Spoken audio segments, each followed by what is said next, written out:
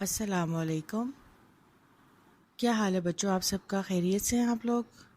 ماشاء اللہ، اللہ تعالیٰ آپ کو اپنی حفاظت میں رکھے، آمین۔ پچھلے سبق میں ہم نے امہات المومنین کے بارے میں پڑھا تھا، جس میں ہم نے امہات المومنین کا مطلب کیا ہے یہ پڑھا تھا، اور ان کی فضیلت پڑھی تھی، اور قرآن پاک میں ان کے بارے میں جو کچھ حکم آیا ہے وہ بھی پڑھا تھا۔ اس کے علاوہ حضرت عائشہ رضی اللہ تعالیٰ عنہا بحیثیت ام المومنین کے بارے میں، ان کی حالات زندگی کے بارے میں ہم نے تفصیل سے پڑھا تھا۔ آج ہم امہات المومنین حضرت حفصہ رضی اللہ تعالیٰ عنہا اور حضرت زینب بنت خزیمہ کے بارے میں تفصیلاً پڑھیں گے۔ اس سبق کے تدریسی مقاصد کچھ اس طرح سے ہیں۔ بچے اس قابل ہو جائیں گے کہ آپ صلی اللہ علیہ وآلہ وسلم کی ازواج حضرت حفصہ رضی اللہ تعالیٰ عنہا اور حضرت زینب بنت خزیمہ رضی اللہ تعالیٰ عنہا کا تعارف اور عظمت بیان کر سکیں۔ امہات المومنین حضرت حفصہ رضی اللہ تعالیٰ عنہا اور حضرت زینب بنت خزیمہ رضی اللہ تعالیٰ عنہا کے حالات زندگی کے بارے میں آگاہی حاصل کر سکیں۔ امہات المومنین رضی اللہ تعالیٰ عنہ کی حیات طیبہ، ان کے عادات و خصائل اور ہماری زندگی میں بطور نمونہ ان کی اہمیت کے بارے میں لکھ سکیں۔ امہات المومنین رضی اللہ تعالیٰ عنہ کی آپ صلی اللہ علیہ وآلہ وسلم کے ساتھ فرما برداری کے بارے میں تحریر کر سکیں۔ اس کے بعد سبق کے سوالات کے جواب تحریر کر سکیں۔ پچھلے سبق میں آپ نے پڑھا تھا امہات المومنین کا مطلب کیا ہے۔ کیا آپ کو یاد ہے کہ کون ہیں امہات المومنین؟ کنہیں امہات المومنین کہا جاتا ہے؟ جی، یہ امہات المومنین مومنوں کی مائیں ہیں۔ یہ آپ صلی اللہ علیہ وآلہ وسلم کی ازواج ہیں، جن کو ازواج مطہرات کہا جاتا ہے، اور امہات المومنین کا لقب ان کو قرآن پاک میں دیا گیا ہے۔ ان امہات المومنین رضی اللہ تعالیٰ عنہ کی عزت و توقیر اور ادب و احترام اسی طرح ہر مومن پر واجب ہے جو ان کی اپنی ماں کے لیے ہوتا ہے۔ امہات المومنین رضی اللہ تعالیٰ عنہ چونکہ ماں کا درجہ رکھتی ہیں، اس لیے ان سے نکاح نہیں کیا جا سکتا۔ تمام امہات المومنین جنتی ہیں۔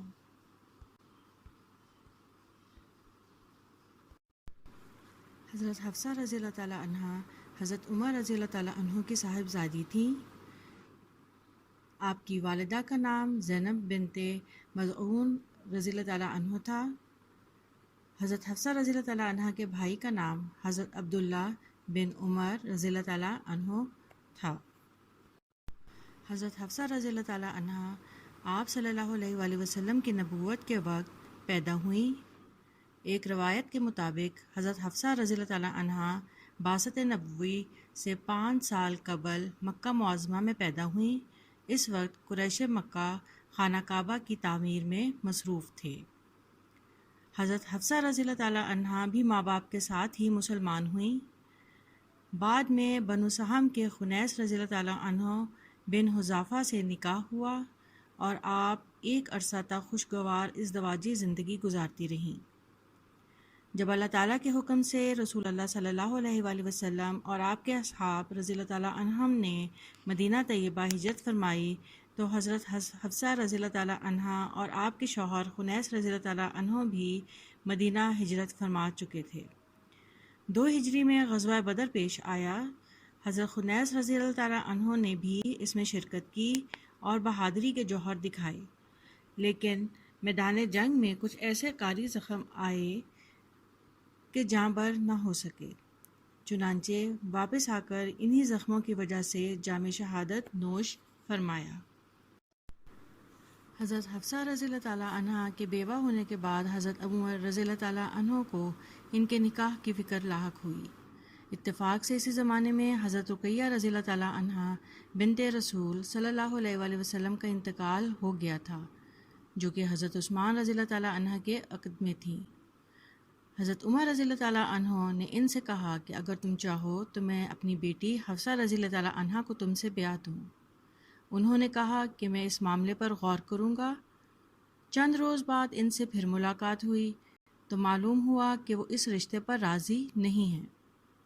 حضرت عمر رضی اللہ تعالیٰ عنہ فرماتے ہیں کہ میں پھر ابو بکر رضی اللہ تعالیٰ عنہ سے ملا اور ان سے بھی یہ کہا کہ اگر آپ رضی اللہ تعالیٰ عنہ چاہیں تو اپنی بیٹی حفصہ رضی اللہ تعالیٰ عنہ کا آپ سے نکاح کر دوں۔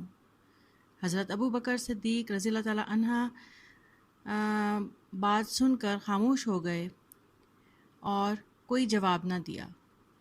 بعد ازاں سرکار دو عالم صلی اللہ علیہ وآلہ وسلم نے خود حضرت حفصہ رضی اللہ تعالیٰ عنہ سے نکاح کی خواہش کی اور نکاح ہو گیا۔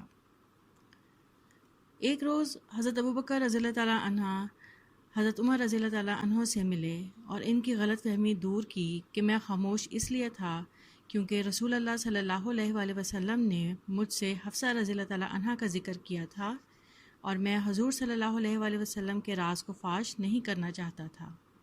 اگر رسول اللہ صلی اللہ علیہ وآلہ وسلم حفصہ رضی اللہ تعالیٰ عنہ سے نکاح نہ کرتے تو میں پھر آمادہ تھا۔ یہ نکاح شعبان میں ہجرت نبوی سے 30 ماہ بعد ہوا۔ ایک دوسرے قول کے مطابق یہ نکاح غزوہ احد کے بعد ہوا۔ رسول اللہ صلی اللہ علیہ وآلہ وسلم کے ساتھ حضرت حفصہ رضی اللہ تعالیٰ عنہ کی ازدواجی زندگی نہایت بہترین، خوشگوار اور اچھی۔ حضرت حفصہ رضی اللہ تعالیٰ عنہ کو علم حاصل کرنے کا بہت شوق تھا۔ دین میں تفقہ کا بھی ایک خاص ملکہ حاصل تھا۔ مختلف آیات سے مختلف نکات نکالتی رہتیں۔ ایک دفعہ سرکار کائنات صلی اللہ علیہ وآلہ وسلم نے ارشاد فرمایا کہ میں امید کرتا ہوں کہ اصحاب بدر اور اصحاب حدیبیہ جہنم میں داخل نہیں ہوں گے۔ حضرت حفصہ رضی اللہ تعالیٰ عنہ نے عرض کی، یا رسول اللہ صلی اللہ علیہ وآلہ وسلم، حق تعالیٰ کا ارشاد ہے تم میں سے ہر شخص جہنم میں وارد ہوگا۔ آپ صلی اللہ علیہ وآلہ وسلم نے حضرت حفصہ رضی اللہ تعالیٰ عنہ کو فرمایا، ہاں لیکن یہ بھی تو ہے پھر ہم پرہیزگاروں کو نجات دیں گے اور ظالموں کو اس میں زانوؤں پر گرا ہوا چھوڑ دیں گے۔ حضرت ابو بکر رضی اللہ تعالیٰ عنہ کے حکم پر حضرت زید بن ثابت رضی اللہ تعالیٰ عنہ نے قرآن کو ترتیب دیا تو اس کی پہلی کتابی شکل کی نگرانی حضرت حفصہ رضی اللہ تعالیٰ عنہ نے کی۔ حضرت حفصہ رضی اللہ تعالیٰ عنہ نے 160 احادیث منقول کی ہیں جو انہوں نے سرکار دو عالم صلی اللہ علیہ وآلہ وسلم سے سنی تھیں۔ حضرت حفصہ رضی اللہ تعالیٰ عنہ نہایت عبادت گزار تھیں۔ آپ رضی اللہ تعالیٰ عنہ سب سے زیادہ روزے رکھا کرتی تھیں۔ حضرت حفصہ رضی اللہ تعالیٰ عنہ نے شعبان 45 ہجری میں مدینہ طیبہ میں انتقال فرمایا۔ یہ سیدنا امیر معاویہ رضی اللہ تعالیٰ عنہ کی خلافت کا زمانہ تھا۔ گورنر مدینہ سیدنا مروان بن حکم رضی اللہ تعالیٰ عنہ نے ان کی نماز جنازہ پڑھائی اور کچھ دیر تک جنازے کو کندھا بھی دیا۔ پھر حضرت ابو ہریرہ رضی اللہ تعالیٰ عنہ نے جنازے کو قبر تک لے کر گئے۔ وفات کے وقت حضرت حفصہ رضی اللہ تعالیٰ کی عمر 60 سال تھی۔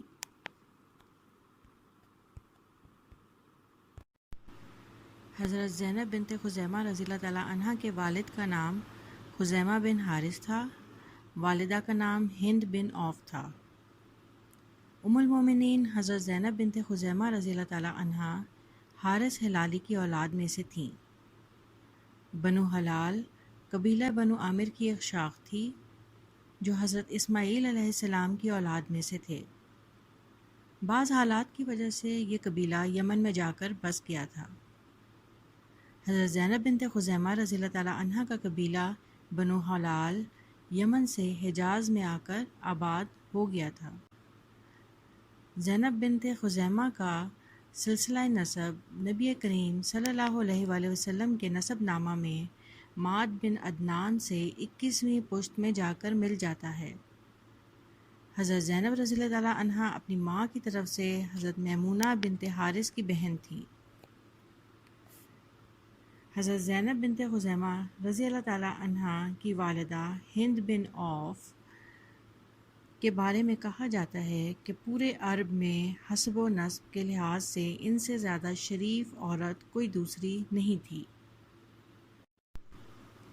حضرت زینب بنت خزیمہ رضی اللہ تعالیٰ عنہ کی ولادت نبی کریم صلی اللہ علیہ وآلہ وسلم کی بعثت مبارکہ سے 13 سال پہلے ہوئی۔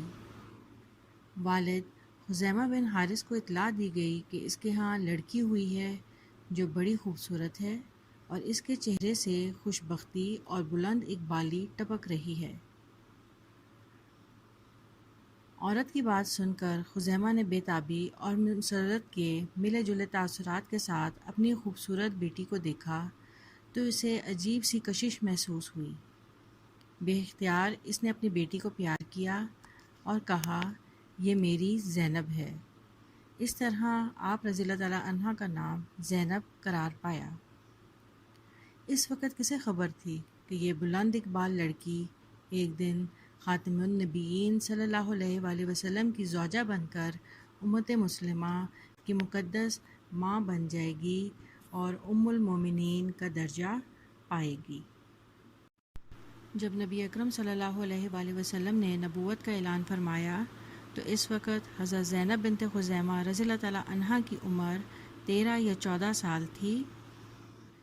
حضرت زینب بنت خزیمہ رضی اللہ تعالیٰ عنہا کے اعلیٰ اخلاق و کردار، صاف ستھری زندگی اور سخاوت و فیاضی سے اندازہ لگایا جا سکتا ہے کہ وہ ابتدائی دور میں ہی اسلام سے قریب آ گئی ہوں گی۔ ان کے صبر کا یہ عالم تھا کہ جب حضرت زینب رضی اللہ تعالیٰ عنہا نے اپنے شوہر کی شہادت کی خبر سنی تو ان کی آنکھیں نم ہو گئیں، لیکن صبر کا دامن نہیں چھوڑا اور بارگاہ رب العزت میں عرض کی، اے اللہ بس تو راضی ہو جا۔ حضرت زینب بنت خزیمہ رضی اللہ تعالیٰ عنہا بعض معاملات میں دیگر ازواج مطہرات سے آگے نظر آتی ہیں۔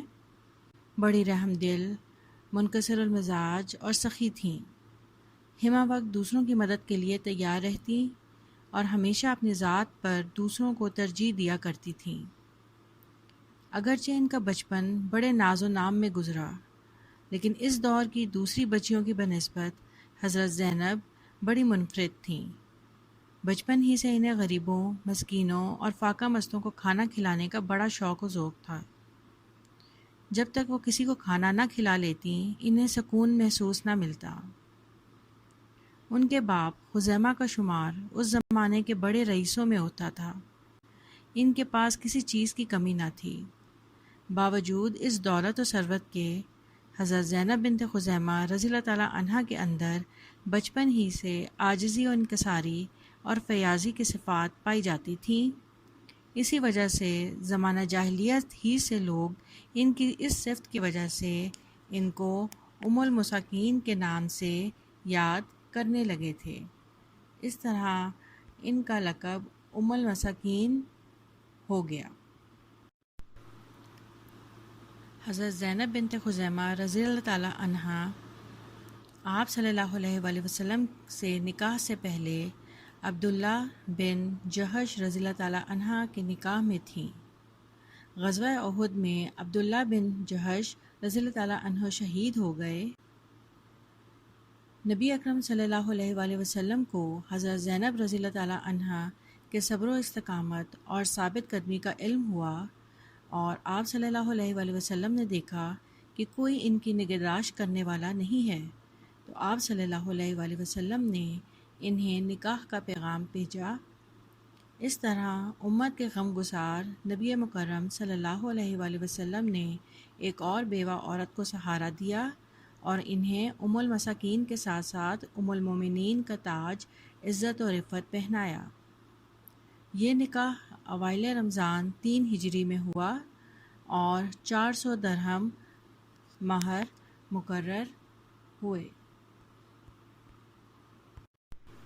اس طرح حضرت زینب بنت خزیمہ رضی اللہ تعالیٰ عنہا 5ویں خاتون تھیں جو ام المومنین کے عظیم مرتبے پر فائز ہوئیں۔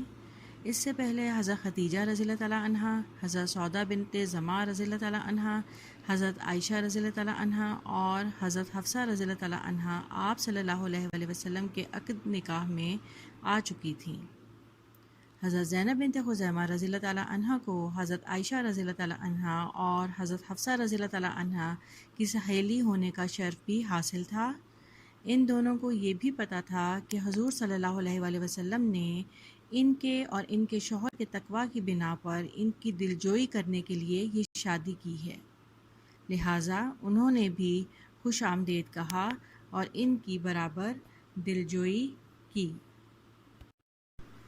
حضرت زینب بنت خزیمہ رضی اللہ تعالیٰ عنہ نبی کریم صلی اللہ علیہ وآلہ وسلم کی زوجیت میں حضرت حفصہ رضی اللہ تعالیٰ عنہ کے بعد آئیں اور 2 یا 3 ماہ کے بعد ہی ان کا انتقال ہو گیا۔ وفات کے وقت ان کی عمر 30 سال تھی۔ حضرت خدیجہ رضی اللہ تعالیٰ عنہ کے بعد حضرت زینب بنت خزیمہ رضی اللہ تعالیٰ عنہ ہی کو یہ شرف حاصل ہوا کہ نبی کریم صلی اللہ علیہ وآلہ وسلم کی زندگی میں ہی انتقال ہو گیا، جبکہ دیگر ازواج مطہرات نے آپ صلی اللہ علیہ وآلہ وسلم کی وفات کے بعد وفات پائی۔ نبی اکرم صلی اللہ علیہ وآلہ وسلم نے حضرت زینب بنت خزیمہ رضی اللہ تعالیٰ عنہ کی نماز جنازہ خود پڑھائی، ان سے پہلے نماز جنازہ کا حکم نہیں آیا تھا۔ حضرت زینب بنت خزیمہ رضی اللہ تعالیٰ عنہ کو جنت البقیع میں دفن کیا گیا۔ امہات المومنین میں سے سب سے پہلے انہی کی تدفین جنت البقیع میں ہوئی۔ اس سبق کے مشکل الفاظ کے معنی کچھ اس طرح سے ہیں: قناعت پسند، تھوڑی چیز پر راضی اور خوش رہنا، خوددار، غیرت مند، سخاوت، فیاضی، بخشش یا خیرات، فقراء، فقیر کی جمع، مفلس یا درویش، مساکین، مسکین کی جمع، غریب اور مفلس لوگ یا ضرورت مند، فیاضی، سخاوت، کھلے دل سے دینا یا دریا دلی۔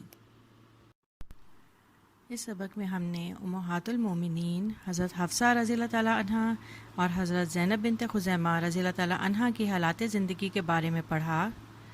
ان امہات المومنین رضی اللہ تعالیٰ عنہ کی زندگی سے ہمیں اطاعت و فرما برداری، صبر، شکر گزاری، سخاوت و فیاضی، ہمت و حوصلہ، استقامت اور ثابت قدمی کا بہترین درس ملتا ہے۔ اس کے ساتھ ہی آج کا سبق اپنے اختتام کو پہنچتا ہے۔ اللہ حافظ، اپنا خیال رکھیں۔